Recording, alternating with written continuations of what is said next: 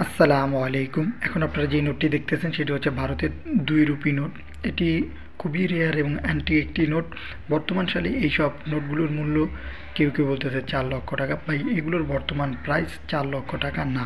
এটি ৪ লক্ষ টাকা বলার কারণ কেন, বা অনেকেই মনে করতেছেন ৪ লক্ষ টাকা দাম, বা কেন এইসব ভুল ধারণাগুলো হইতেছে, তার একটি প্রধান কারণ হচ্ছে অনেকে বিক্রি করার জন্য বিভিন্ন জায়গায় এই নোটগুলো দাম অ্যামাউন্ট লিখে দেয়। যেমন আপনি যদি বিক্রি করতে চান, দেখবেন যে অ্যামাজন সহকারে, কয়েন বাজার, আরও অনেক মাধ্যম আছে যেগুলোতে পুরনো জিনিস বিক্রি করা যায়, বিভিন্ন ওয়েবসাইট আছে।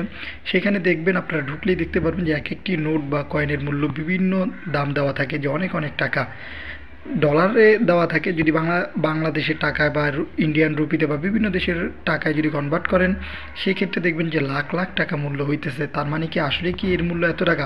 আসলে কিন্তু সেটা না, কারণ এটি বিক্রি করার জন্য অনেকে এরকম পোস্ট করে থাকে।